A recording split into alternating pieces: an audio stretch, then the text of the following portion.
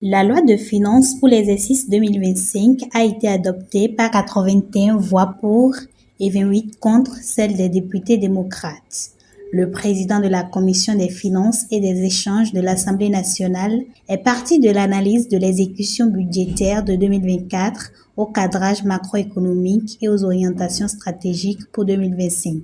Ainsi, le projet de loi de finances pour la gestion 2025 s'équilibre en ressources et en charges à la somme de 3 551 milliards 0,5 en hausse de 11% par rapport à 2024. Les perspectives économiques pour 2025 s'inscrivent dans les directives du programme d'action du gouvernement PAG 2021-2026, en phase avec le plan national de développement, en dépit du contexte d'incertitude croissante du fait des aléas climatiques et des chocs exogènes, il postule un taux de croissance de 6,8% en 2025 contre 6,7% anticipé pour 2024 et devrait se réaliser dans un environnement non inflationniste. Le volet social est un élément important de ce budget. Globalement, il est à observer que les dépenses à sensibilité sociale cumulent à elles seules à 1101 milliards, soit 11 en 2025, correspondant à 41,5% du budget national. À toutes ces projections s'ajoutera la diversification du réseau routier par l'achèvement et la livraison de plusieurs infrastructures,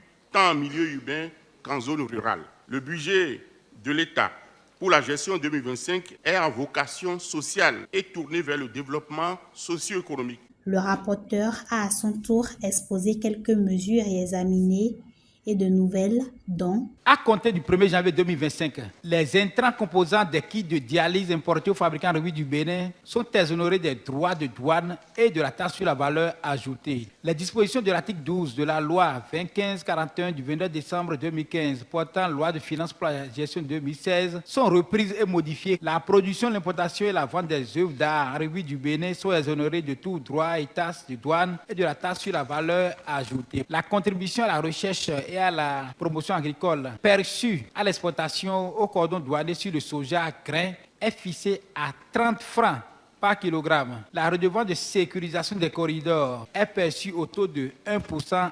Les dispositions de l'article 11 de la loi 2012-42 du 28 décembre 2012 portant loi de finances pour la gestion 2013 sont modifiées comme suit. 10% à verser au trésor public au titre de l'impôt sur le revenu assis sur le revenu des valeurs mobilières. 80% reversés au trésor public au titre de la contribution au budget de l'État. 10% laissés à la disposition du conseil d'administration pour affectation. Ce projet de budget traduit, comme l'indique le compte rendu du Conseil des ministres qui a approuvé ce projet de budget, la volonté d'améliorer la solidité économique du Bénin.